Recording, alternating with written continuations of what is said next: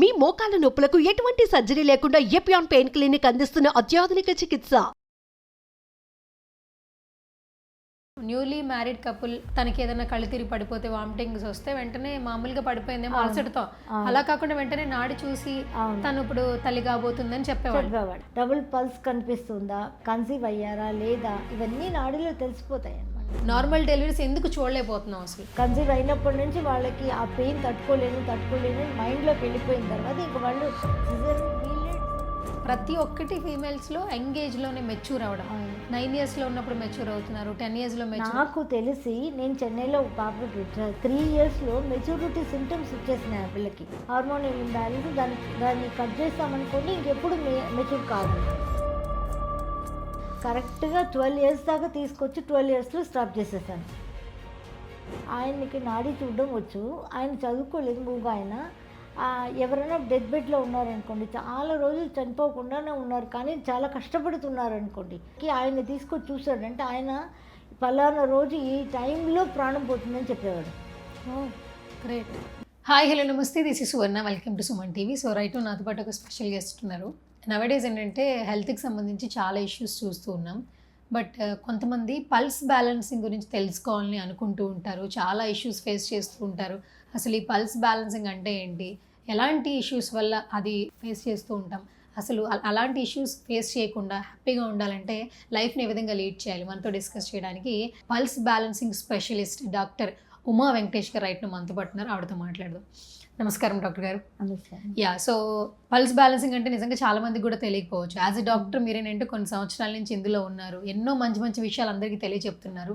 But ముందుగా ఈ video చూస్తున్న వాళ్ళకి పల్స్ బ్యాలెన్సింగ్ అంటే ఏంటి అసలు? పల్స్ బ్యాలెన్సింగ్ అంటే మనం అనుకుంటే పల్స్ అంటే హార్ట్ పల్స్ చూడడం కాదు, మన బాడీ బయట ఉన్న ప్రపంచం ఎలా పంచతత్వాలతో అయి ఉందో అలాగే మన బాడీ కూడా పంచతత్వాలు.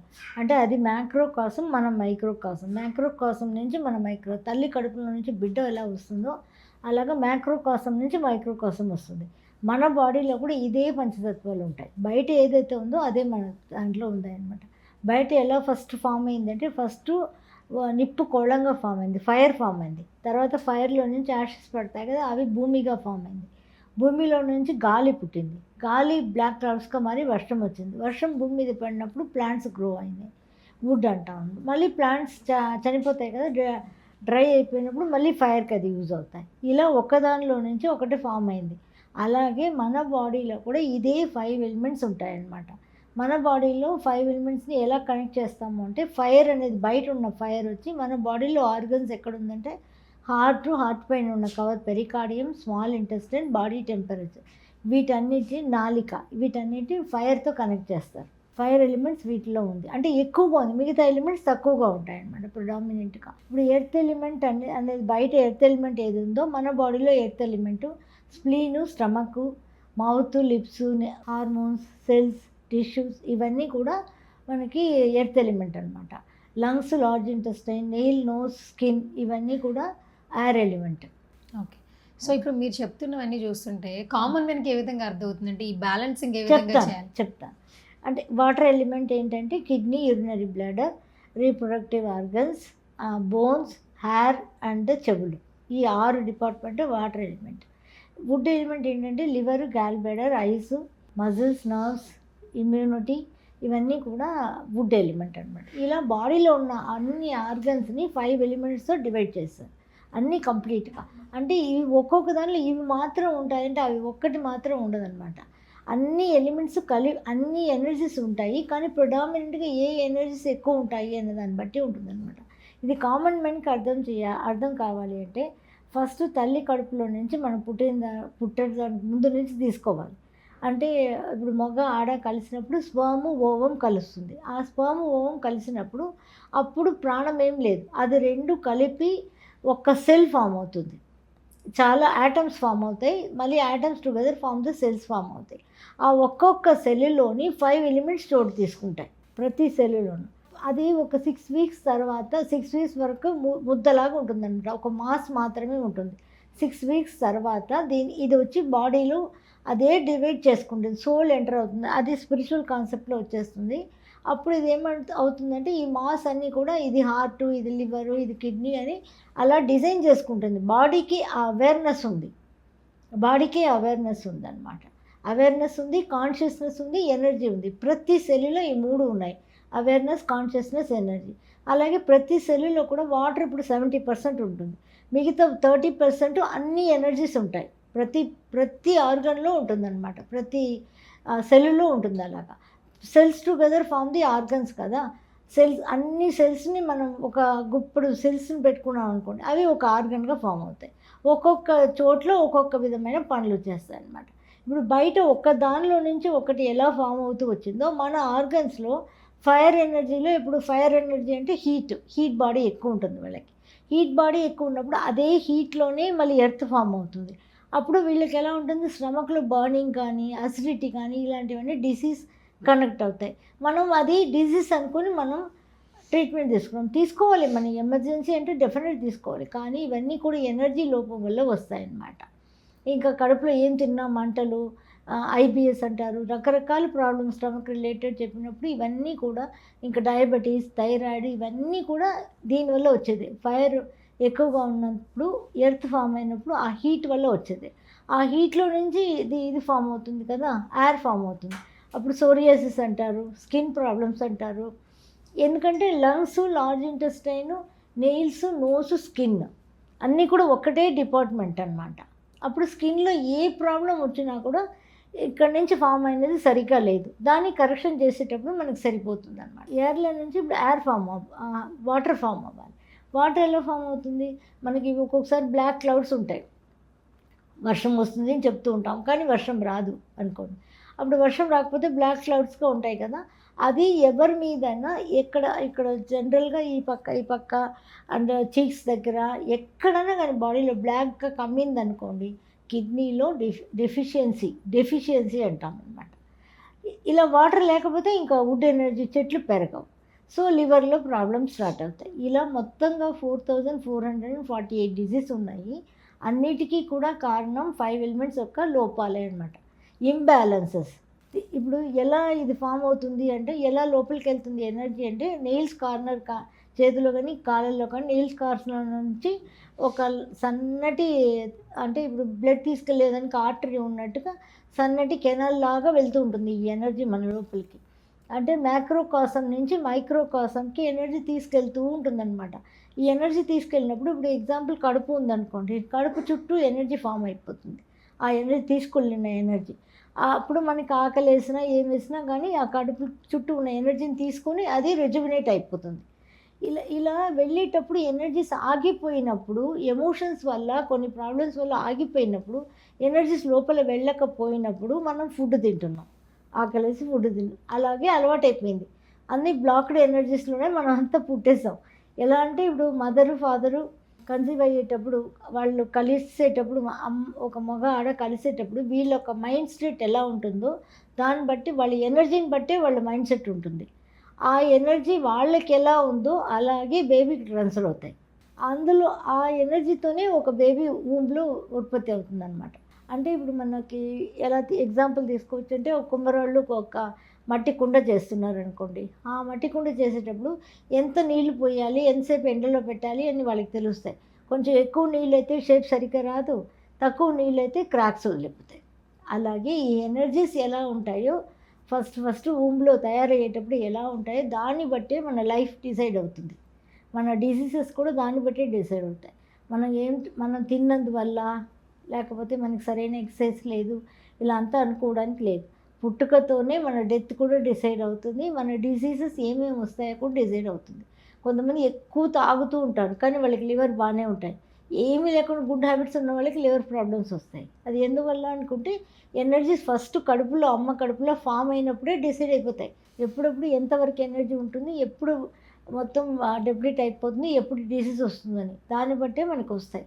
4448 డిసీజ్ ఉన్నాయి మొత్తం టోటల్గా, mind related, physical body related. అన్నీ కూడా ఒక్కొక్క ఎనర్జీకి 888 డిసీజ్ వస్తాయి అన్నమాట. దానిలో మనకి ప్రాబ్లం వచ్చినాయి అనుకోండి, అన్ని ప్రాబ్లం రావడానికి అవకాశం ఉంది, కానీ మనకి ఎన్ని వస్తాయి, ఒకటో రెండో వస్తుంటాయి. దీనిలో ఒకటి, దానిలో ఒకటి, 5 ఎలిమెంట్స్లో కలిపితే ఒక 10 డిసీజ్ వస్తూ ఉంటాయి అన్నమాట. అన్నీ కూడా 5 ఎలిమెంట్స్ని కలెక్ట్ చేస్తామనుకోండి, ఆ ఎనర్జీస్ని కరెక్షన్ చేస్తామంటే అన్నీ నార్మల్కి వస్తాయి. మీరు ఎనర్జీస్ గురించి చెప్పారు, డిఫికల్టీస్ గురించి చెప్పారు. అసలు మీరు ఒక పర్సన్లో ఎలాంటి ఇష్యూస్ని మీరు సాల్వ్ చేస్తారు అసలు యాజ్ ఎ డాక్టర్? అన్ని ప్రాబ్లమ్ అమ్మా, ఏ ప్రాబ్లం అన్నా సాల్వ్ చేయొచ్చు. మెయిన్గా ప్రధానంగా మీ దగ్గరికి వచ్చే క్లయింట్స్ ఏంటి? ఏ ఇష్యూతో బాధపడుతున్న వాళ్ళు ఎక్కువ వస్తుంటారు? అలా కాదు, డయాబెటీస్ వస్తుంటారు, అదేంటి థైరాయిడ్ వస్తుంటారు, బోన్ ప్రాబ్లం, నీ ప్రాబ్లం ఇలా వస్తుంటారు, ఇంకా కిడ్నీ ఫెయిల్యూర్స్ వస్తుంటారు. ఎవరి వల్ల కాలేదు అన్నప్పుడు మన దగ్గరికి వస్తారనమాట. ఇదన్నా ట్రై చేద్దాం అనుకుని వస్తారు. కానీ అలా కాకుండా ముందుగా ఇది ట్రై చేసుకుంటే తొందరగా బయటపడతారు ఏ దాని నుంచైనా.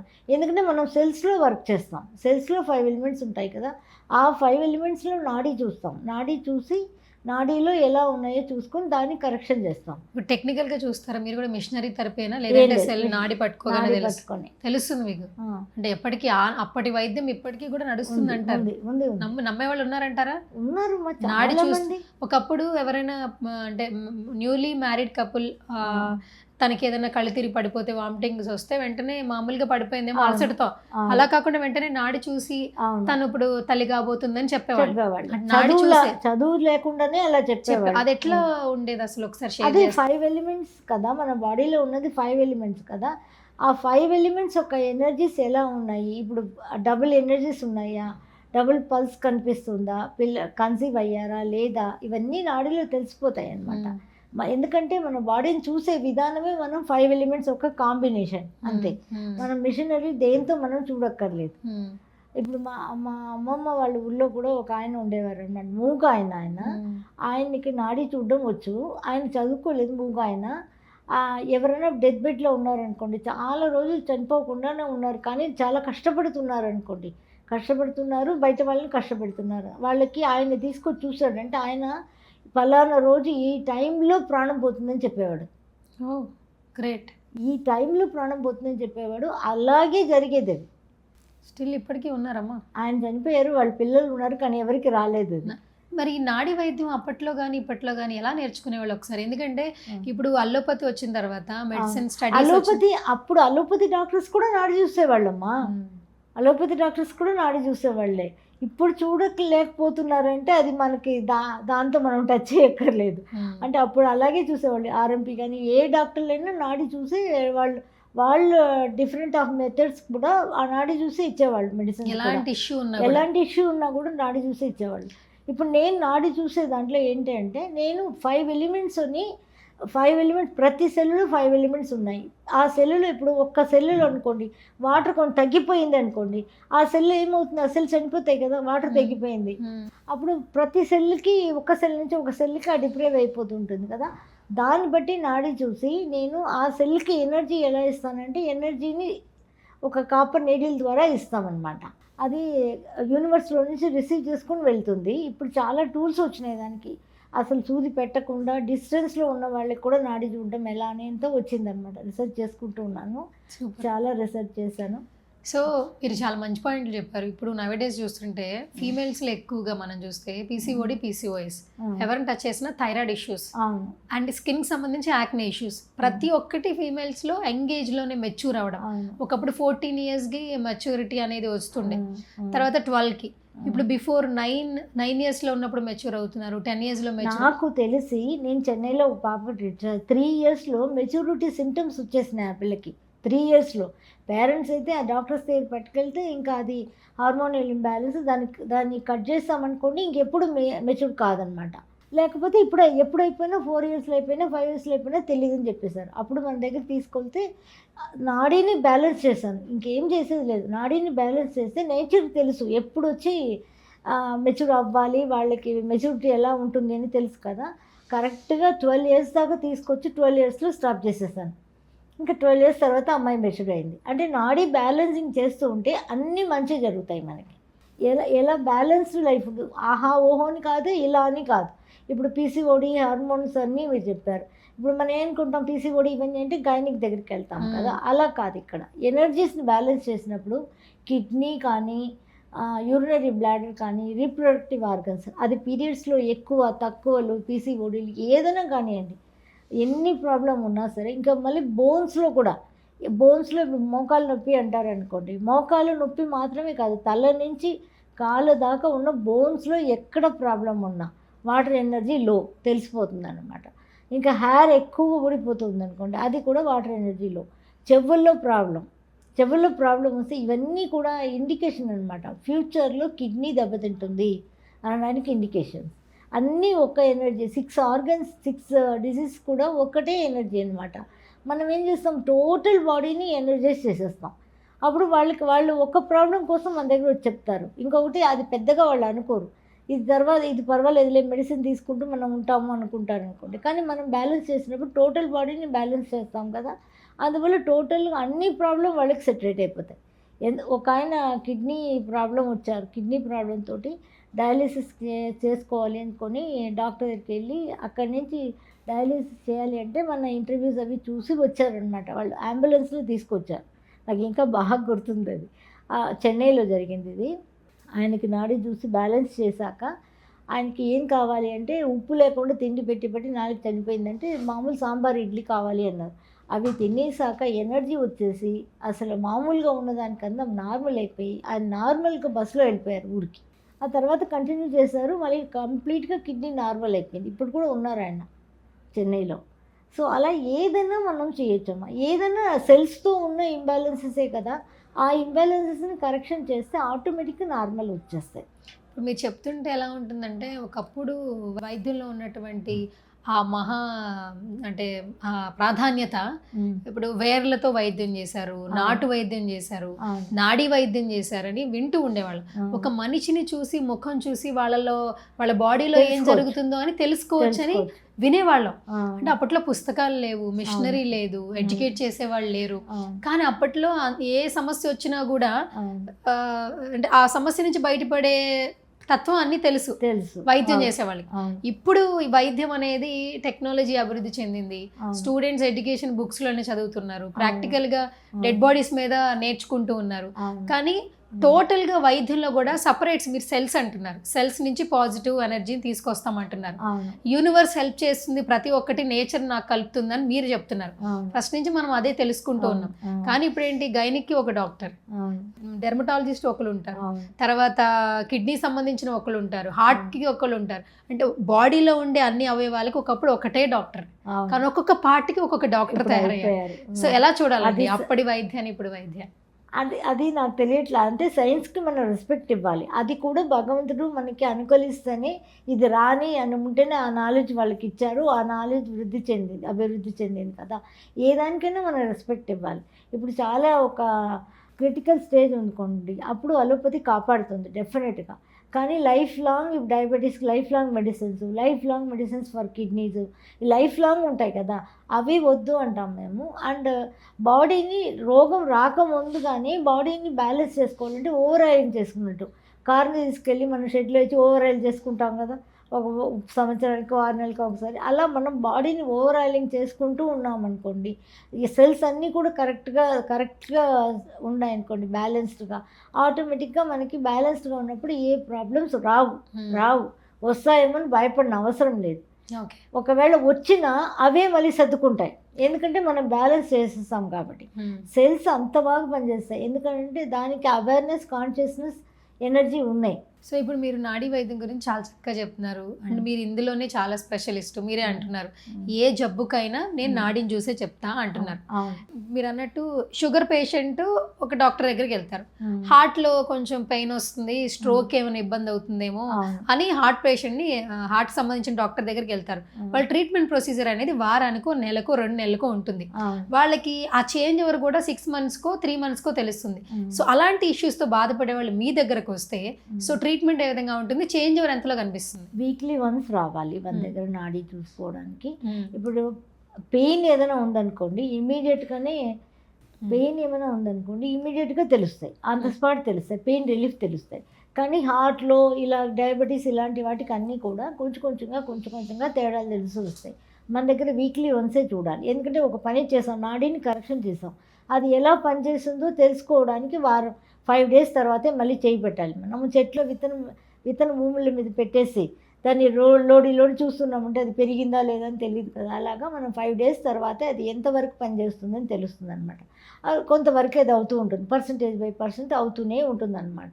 ఎవ్వరికి కాదు అనేది లేదు, డెఫినెట్గా ఎవరికైనా రిజల్ట్ ఇస్తుంది. కానీ టైంని బట్టి వాళ్ళు ఉన్న సివియారిటీని బట్టి కొంచెం ముందు వెనక టైం పడుతుంది అనమాట. కొంతమందికి పెయిన్లో వచ్చిన వాళ్ళకైతే ఇమీడియట్గా తెలుస్తాయి పెయిన్ రిలీఫ్స్ అని. ఇలా తెలుసుకోవచ్చు మనం ఈజీగా. ఇప్పుడు పెయిన్స్ అంటే ఇప్పుడు మోకాళ్ళ నొప్పుల సమస్యతో, స్పైన్ ప్రాబ్లమ్స్తో ఎక్కువ మంది ఇబ్బంది పడుతున్నారు. మరి వాళ్ళు మీ దగ్గరికి వస్తే మీరు మోకాళ్ళ నొప్పి ఎంత స్టేజ్లో ఉంది వాళ్ళకి? ఇప్పుడే మోకాళ్ళ నొప్పి స్టార్ట్ అయిందా, లేకపోతే చాలా ఆర్థరైటిస్గా డెవలప్ అయిపోయిందా, ఎలా అయిపోయింది చూడాలి. స్పేస్ ఎలా ఉంది అన్నీ చూసి వాళ్ళకు కూడా ఇదే మెథడాలి నాడి చూసి చేస్తామన్నమాట. వాళ్ళకున్న సివియారిటీని బట్టి వాళ్ళకి కొంచెం లేట్ కావచ్చు, ముందుకు కావచ్చు. కొంతమందికి అదే రోజున కూడా చాలా రిలీఫ్ ఉందండి అని అనేవాళ్ళు ఉన్నారండి. ఇట్ డిపెండ్స్ అపాన్ వాళ్ళకున్న సివియారిటీని బట్టి ఉంటుంది. కొంతమంది వెయిట్ ఎక్కువ గెయిన్ అయిన తర్వాత చెకప్కి వెళ్తారు, హైపోథైరాయిడ్ అంటుంటారు. అవును. కొంతమంది వెయిట్ లాస్ అయిపోతుంటారు, వాళ్ళకి థైరాయిడ్లోనే ఇంకొక సిమ్టమ్. హెవీ అయినా థైరాయిడ్ సిస్టమే, సన్నగా అయినా థైరాయిడ్ సిస్టమే. కొంతమంది అంటే షుగర్ ఎక్కువ ఉన్న లోపల వీళ్ళు షుగర్ ఉంది అనుకుంటే చాలా లీన్గా ఉన్నారు అనిపిస్తూ ఉంటుంది. అవి చూసి చెప్పడం జరుగుతుంది. అలాంటి వాళ్ళు మీ దగ్గరికి వస్తే మీరు ఎలా సజెస్ట్ చేస్తారు? మరి నాడిని చూసి మనం నాడిని చూసి సజెస్ట్ చేయడం కాదమ్మా, నాడిని చూసి వాళ్ళ దగ్గర ఏం సజెషన్స్ ఏమి ఉండదు వాళ్ళకి. నాడిని చూసి నేనే కరెక్షన్ చేసేస్తా, ట్రీట్మెంట్ ఇక్కడే అయిపోతుంది అంతే. చేత్తోనే ఇట్లానే నీళ్ళతోనే యూనివర్సిటీని తీసుకొస్తారా? అంతే, యూనివర్సిటీకి ఎనర్జీ వస్తుంది. ఏదైనా ఎనర్జీయే కదమ్మా, ప్రపంచం అంతా ఎనర్జీయే. అది నమ్మే వాళ్ళకి నమ్మకం, నమ్మల్ని వాళ్ళకి మనం ఏం చెప్పలేము. కాదు మ్యామ్, అసలు ఎంతమంది బిలీవ్ చేస్తున్నారు అంటారు? ఇప్పుడు ఈ మధ్య కాలంలో ఏంటంటే ఎడ్యుకేషన్ కావచ్చు, అంటే ఈ హెల్ప్ సర్వీసెస్ కావచ్చు, ఏదైనా కూడా కమర్షియల్ వేలోనే ఉన్నాయి మనకి. డాక్టర్కి సంబంధించి ఏ ఇష్యూతో బాధపడినా కూడా అన్ని చోట్ల కూడా మనకి కమర్షియల్ వేలుగానే కనిపిస్తూ ఉంది. ఇంత జరిగితే ఇంతని చూపిస్తున్నారని అందరికీ ప్రచారం జరుగుతుందని తెలుసు. ఎవరు నమ్మాలో కూడా తెలియట్లా. ఏదైనా ఒక ఇబ్బంది వస్తే అరే ఒక మెడికల్ షాప్కి వెళ్ళి ఒక టాబ్లెట్ వేసుకుంటే సరిపోద్ది అని చెప్పి ఎవరు హాస్పిటల్స్ కూడా వెళ్ళట్లే. ఇలాంటి టైంలో వెళ్ళకుండానే హాస్పిటల్ నిండిపోతున్నాయి. కరెక్ట్ కదా. సో మరి అలాంటి టైంలో మీరు కేవలం నాడితోనే నేను వర్క్ చేస్తానంటే నమ్మే వాళ్ళు ఎంతమంది ఉన్నారంటారు? కొన్ని లక్షల మంది ఉన్నారు. ఆల్ ఓవర్ ద వరల్డ్ నాకు కనెక్ట్ అయి ఉన్నారు. ఆల్ ఓవర్ ద వరల్డ్ లక్షల మంది ఉన్నారు అనమాట. లక్షల మందే ఉన్నారు, వేల మంది కూడా కాదు, లక్షల్లో ఉన్నారు. అన్నీ కూడా గ్రూప్స్ ఉన్నాయి మాకు. అందరికీ కూడా సజెషన్స్ ఇస్తూ ఉంటాను. కావాలి అంటే వాళ్ళు అమెరికా నుంచి ఇక్కడ వచ్చి ఉండే వాళ్ళు కూడా ఉన్నారు. ఇక్కడ ఉండి నాడీ బ్యాలెన్సింగ్ చేయించుకునే వాళ్ళు కూడా ఉన్నారు. వాళ్ళు ఒక ఫెయిత్ అనమాట. అది మనకి మెడిసిన్స్ వద్దు ఇలా వెళ్దాము అనుకునే వాళ్ళకి మా అన్ని టైపు ఉన్నారమ్మా కదా. సరే, ఇప్పుడు ప్రెగ్నెంట్ లేడీస్ ఉన్నారు మ్యామ్. ప్రెగ్నెంట్ లేడీ వాళ్ళు ప్రెగ్నెంట్ అయిన తెలిసిన తర్వాత డైలీ చెకప్గా వెళ్ళాలి. కంపల్సరీ లోపల బేబీ గ్రోత్ అనేది మిషనరీ ద్వారానే కనిపిస్తుంది, రైట్? వాళ్ళ లోపల ఏ విధంగా ఉంది, వాళ్ళ నాడి ఫస్ట్ చూసినా, బట్ బాడీ లోపల ఎలా ఉంది అనేది ఇప్పుడు అంతా టెక్నికల్గా అప్డేట్ అయిపోయింది. దీనికి అలవాటు పడ్డారు జనాలు కూడా. మరి వాళ్ళు మీ దగ్గరికి వస్తే మీరు ఎలా ట్రీట్మెంట్? మేము ఎలా రమ్మంటామనంటే 3rd month, 6th month, 9th month రమ్మని చెప్తాను. వాళ్ళు వచ్చినప్పుడు వాళ్ళ బాడీలో చూడండి, వాళ్ళ లోపల ఉన్న బేబీ ఎలా ఉంది. బేబీకి హెరిడిటరీగా డిసీజ్ ఏమి రాకుండా ఉండాలంటే బేబీని ట్రీట్ చేస్తాను. అప్పుడు ఆ పర్సన్కి, అమ్మకి ట్రీట్ చేయను. అమ్మకి ఏమున్నా నేను ట్రీట్ చేయను.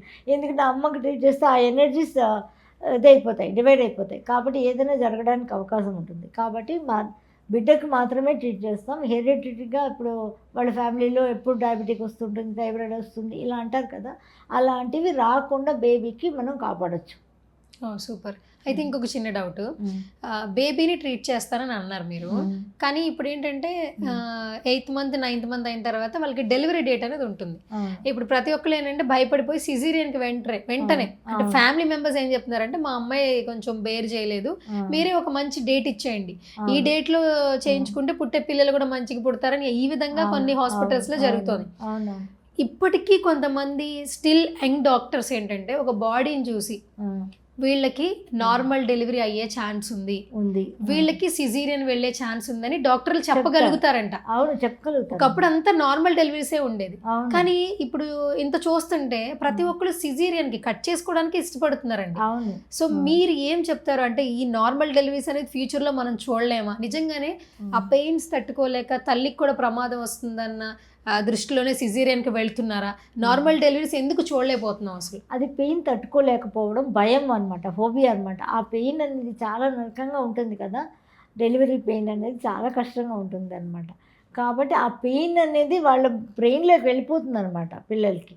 ఇంకా చిన్న అది కన్సీవ్ అయినప్పటి నుంచి వాళ్ళకి ఆ పెయిన్ తట్టుకోలేను మైండ్లోకి వెళ్ళిపోయిన తర్వాత ఇంకా వాళ్ళు సిజేరియన్కి వీళ్ళే డిసైడ్ చేస్తారు 90%. కొంచెం ట్రై కూడా చేయరనమాట. వద్దు అని ఆ డేట్ అవి ఫిక్స్ చేసుకొని వెళ్ళిపోతారు. అది వాళ్ళ మైండ్ని బట్టి ఉంది. చాలామంది ఇప్పుడు మా అమ్మాయికి డెలివరీ అయింది. తను నార్మల్ డెలివరీయే చేసుకుంటాను, పర్వాలేదు నాకు సిజేరియన్ వద్దు అని పోరాడి నార్మల్ డెలివరీయే చేసుకుంది. సో ఒక్కొక్కరు ఒక్కొక్క విధం. మేమే చెప్పాము సిజేరియన్కి వెళ్ళిపోదమ్మా, తట్టుకోలేకపోతున్నాం అంటే వద్దు, నేను అలాగే నార్మల్ డెలివరీయే ఉండని అని చెప్పింది. అలా మనకి ఎవరిష్టం వాళ్ళదమ్మా. నార్మల్ డెలివరీస్ డెఫినెట్గా ఉన్నాయి, కానీ ఎప్పటికీ ఉంటాయి ఇవి నార్మల్ డెలివరీస్ అనేది. వాళ్ళ మైండ్ సెట్ని బట్టి ఉంటాయి. వాళ్ళలో 5 ఎలిమెంట్స్ స్ట్రాంగ్గా ఉన్నాయనుకోండి, ఆ స్టెబిలిటీ వాళ్ళకి బాగుంటుందన్నమాట. ఆ ధైర్యం బాగుంటుంది. సూపర్. సో చాలా చక్కగా చెప్పారు ఉషా గారు. ఎందుకంటే మాకు కూడా అప్కమింగ్ జనరేషన్స్ వాళ్ళకి కొన్ని విషయాలు తెలియదు. సో మీతో మాట్లాడే ముందు నాకు అంత అవగాహన లేదు, బట్ మీతో మాట్లాడిన తర్వాత మీరు మాట్లాడుతున్న టాపిక్స్ చూస్తుంటే నిజంగానే నాడీ వైద్యానికి అంత ఇంపార్టెన్స్ ఉందా? సో రేపు నాకు కూడా ఫ్యూచర్లో ఏదైనా ఇష్యూస్ ఉన్నా కూడా వెంటనే మీకు కాల్ చేయాలని ఆలోచన కలిగింపజేశారు. ఎందుకంటే టెక్నాలజీ ఎంత అభివృద్ధి చెందినా యూనివర్స్ని, సైన్స్ని అందరూ నమ్ముతూ ఉంటారు. సో మీరు ఆ రెండింటితోనే వైద్యం చేస్తున్నారు కాబట్టి సుమన్ టీవీలో చాలా మంచి ఇన్ఫర్మేషన్ ఇచ్చారు. దట్టు మిమ్మల్ని పర్సనల్గా కలవాలంటే ఎట్లా చెప్పండి? ఏదైనా ఎనీథింగ్, ఏ మనిషికైనా ఏదో ఒక సమస్య ఉంటుంది. సో ఏదైనా కూడా మీరు సెల్స్ ద్వారా సార్ట్అవుట్ చేస్తారు కాబట్టి, నాడీ వైద్యం చేస్తారు కాబట్టి, సో ఎలా మిమ్మల్ని అప్రోచ్ పెట్టచ్చు? మాకు వాట్సాప్ పెడితే కనెక్ట్ అవ్వచ్చు. ఇక్కడ ఉంటాను, హైదరాబాద్లో ఉంటున్నాను ఇప్పుడు. తర్వాత నేను చెన్నైకి వెళ్ళి, చెన్నై టు హైదరాబాద్, చెన్నై హైదరాబాద్ 2 ఊర్లో ఉంటుందన్నమాట. Okay, thank you so much once again. Yes guys, చూస్తున్నారు కదా, ప్రతి ఒక్కరికి ఏదో ఒక సమస్య ఉంటుంది. సో ఏ సమస్య అయినా కూడా నాడీ వైద్యం మీద ఒక అవగాహన ఉన్నవాళ్ళు, లేదా మేడం చెప్పిన మాటల్ని మీరు బిలీవ్ చేసిన వాళ్ళు ఏమైనా ఉన్నారంటే కనుక, ఏ ఇష్యూతో బాధపడుతున్నా కూడా ఈ వీడియో కింద కొన్ని నెంబర్స్ స్క్రోల్ అవుతున్నాయండి. సో ఆ నెంబర్కి కాల్ చేయండి, డైరెక్ట్గా మేడం గారు మాట్లాడతారు. సో నాడీ వైద్యంతో, సెల్స్ ద్వారా, యూనివర్స్తో చాలా వరకు వండర్స్ క్రియేట్ చేస్తామని మేడం చెప్తూ ఉన్నారు. సో ఏ సమస్య వచ్చినా కాంటాక్ట్ చేయొచ్చు.